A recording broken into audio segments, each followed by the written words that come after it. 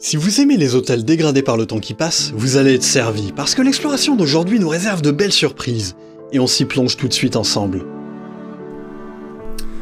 Ça m'embête, je vais peut-être pas pouvoir faire la vidéo, j'ai pas réservé.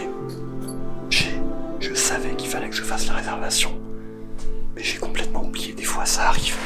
Par exemple, pas plus tard qu'avant-hier, on a oublié un flash. Mais bon, nous voilà dans un hôtel abandonné qui est peut-être un des hôtels abandonnés les plus cool que j'ai jamais vu. Avec naturellement des voisins qui ne sont pas forcément contents qu'on soit là. Donc, il va falloir que je chuchote pendant le plus gros de cette vidéo. Encore un endroit étonnant dont il va falloir profiter dans le calme, parce que de l'autre côté des vitres, il y a une maison habitée. Et oui, aujourd'hui c'est quand même un peu ambiance ASMR. Bref, on se trouve dans une petite ville allemande autrefois très touristique. Aujourd'hui, un peu moins. Les gens venaient jadis profiter des eaux thermales. C'est passé de mode, alors forcément, certains hôtels se sont retrouvés en faillite. Et on est venu justement pour cette raison. Juste à temps pour documenter cette espèce de dinosaure, qui est l'un des derniers de son espèce. Il y a des abat-jours qui traînent par terre. Mais au-dessus des abat-jours, il y a Robin, je vous présente Robin, qui m'accompagne dans cette vidéo et dans d'autres que vous avez pu voir ou que vous allez voir sur la chaîne. Bref, si je m'avance par ici, par exemple, juste par la fenêtre qui est là, qui est surexposée, je vais pas vous montrer non plus, sinon vous allez voir à l'extérieur. Il y a un cycliste qui vient de passer et une voiture qui est garée juste là. Donc, il faut être un peu discret. En réalité, on aurait sûrement pu parler un peu plus fort. La question c'est toujours, où est la limite ? Trouver la limite de bruit raisonnable, ça implique probablement d'avoir des problèmes. Alors on garde profil bas. Pourtant, il y a eu de la casse. En général, casser des trucs, ça fait du bruit. Enquêter sur la date de fermeture, ça en fera moins. La carte des vins en Deutschmark indique mars 96 dans la marge. Dans la cuisine un peu plus tard, vous verrez un calendrier de 1999. Comme toujours, j'ai fait mes propres recherches en montant la vidéo. Un blog suggère une fermeture en 2015. C'est totalement faux. Plus personne ne dort ici depuis la fin des années 90, comme l'affirme un reportage bien sourcé. Il est temps de nous mettre à la recherche des recoins moisis. Pour l'instant, dans ce qui me semble être le premier étage, il n'y a pas grand-chose d'intéressant. C'est très vide. Mais je pense que plus on va monter, plus on va avoir des choses intéressantes. Et avec un petit peu de chance, on va trouver des chambres bien pourries, histoire de respirer des trucs vraiment bons pour la santé. Il y a 2 ou 3 tags dans la zone la plus vide et un léger chaos plus ou moins omniprésent. Mais heureusement, de nombreuses pièces sont encore dans leur jus. Mise en scène ou disposition d'origine ? Peu importe, parce qu'on prend plaisir à explorer les moindres recoins de l'hôtel. Et cette vidéo est un peu un hommage à l'ambiance qui nous a captivés pendant plusieurs heures. Désormais, son avenir est repris en main par sa propriétaire. Il a été totalement vidé et les visites ne sont plus souhaitées. Non pas qu'elles l'étaient vraiment. De toute façon, l'étape suivante, c'est sa démolition, pour laisser place à des bâtiments neufs. C'est le destin de nombreux lieux abandonnés. La ville en contenait d'autres, désormais également rasés ou réhabilités.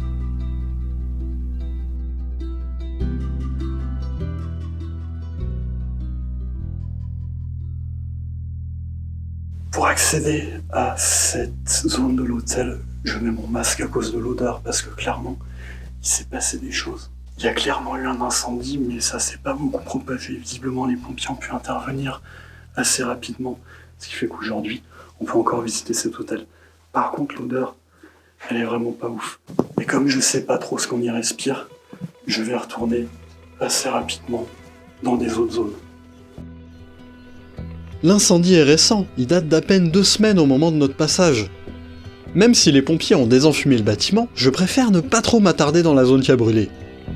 Un masque FFP3 aurait été une bonne idée, mais faute d'en avoir un dans le sac, je me suis contenté d'un FFP2, en limitant le temps passé dans le secteur. C'est étonnant comme les murs sont noircis par la fumée, alors que de nombreux objets semblent épargnés. Mais qu'est-ce que ça pue ? Et en général, quand ça pue, c'est mauvais signe, d'où l'expression. Autant je sais que sous terre notamment, il faut vraiment se méfier, autant là, j'admets ne pas pouvoir émettre de vraies recommandations. Avec un peu de chance, quelqu'un qui s'y connaît pourra nous éclairer dans les commentaires. J'ai pas trouvé le bon angle pour faire des recherches sérieuses là-dessus.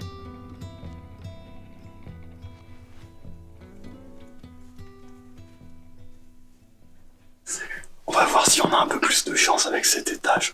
On est venu pour trouver des chambres pourries. Et là, je crois qu'on a un truc sympa.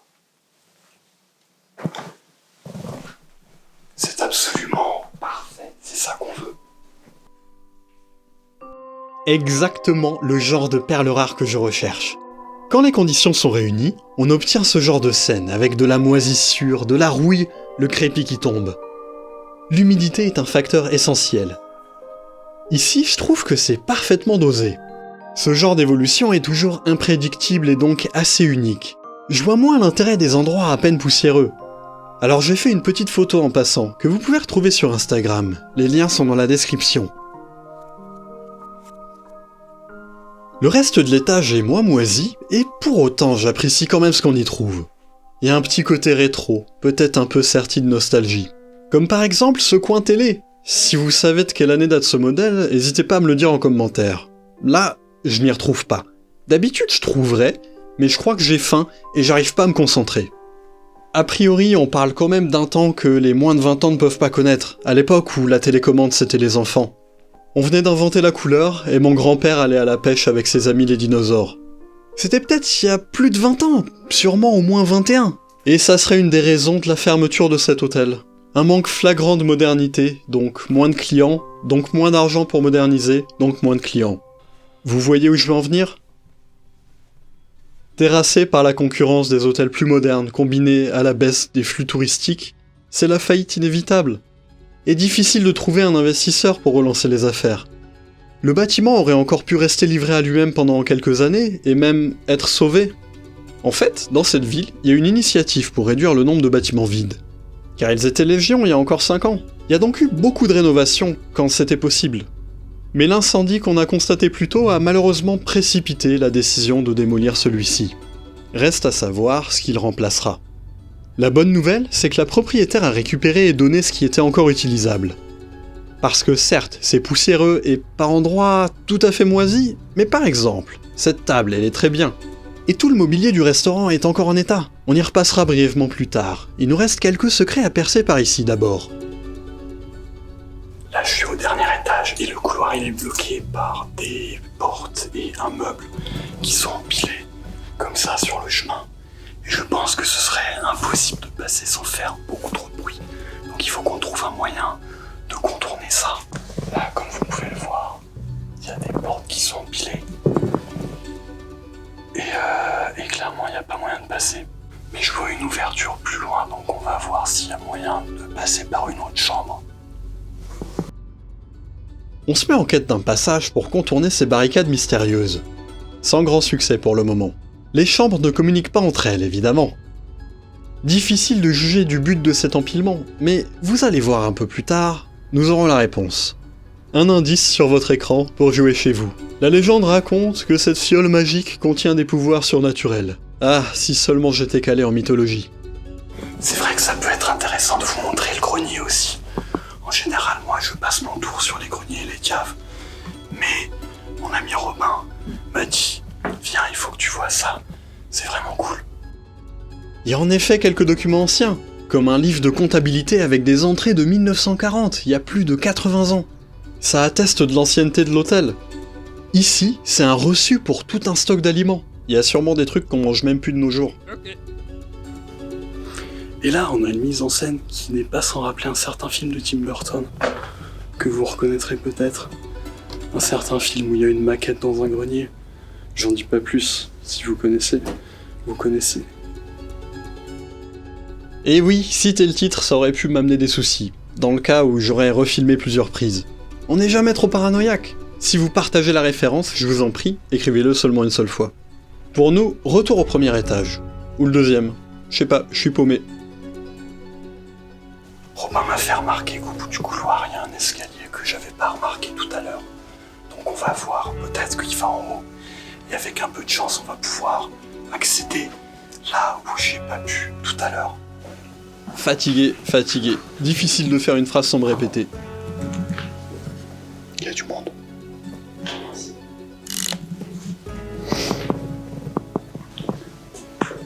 Clairement, je crois que c'est notre jour de chance. Il y a l'air d'avoir un peu le bordel par ici. T'avais raison, on peut passer.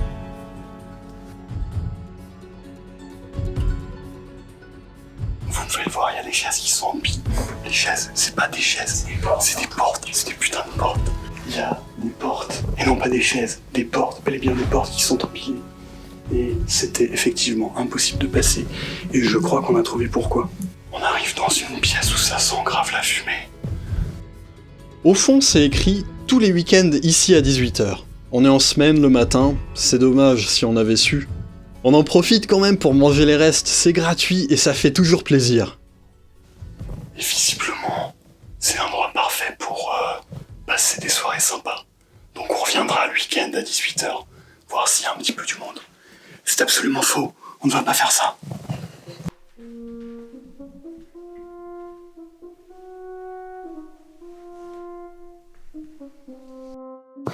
C'est un vrai labyrinthe cet hôtel, on est en train de descendre par un escalier que j'avais pas vu avant. Et on arrive de nouveau en bas, ce qui nous permet de visiter enfin la sacro-sainte cuisine. Je suis pas sûr que ça passe à l'inspection d'hygiène, mais en ce qui me concerne, moi je trouve ça parfait. Et après tout, notre système immunitaire est fait pour être en contact de temps en temps avec des choses qui sont pas très sympas.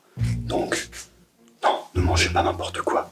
Lavez-vous les mains et puis lavez vos couverts. Ah, la cuisine, c'est toujours un endroit fascinant.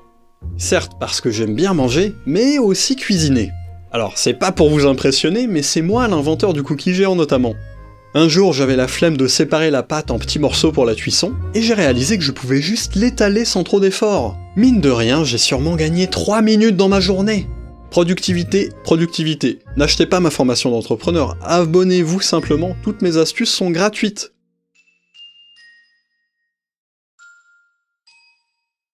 Bon, dans ce genre de cuisine, il y a des choses qui traînent depuis plus de 20 ans. Ce qui fait que les moins de 20 ans peuvent enfin connaître ce temps qu'habituellement les moins de 20 ans ne peuvent pas connaître.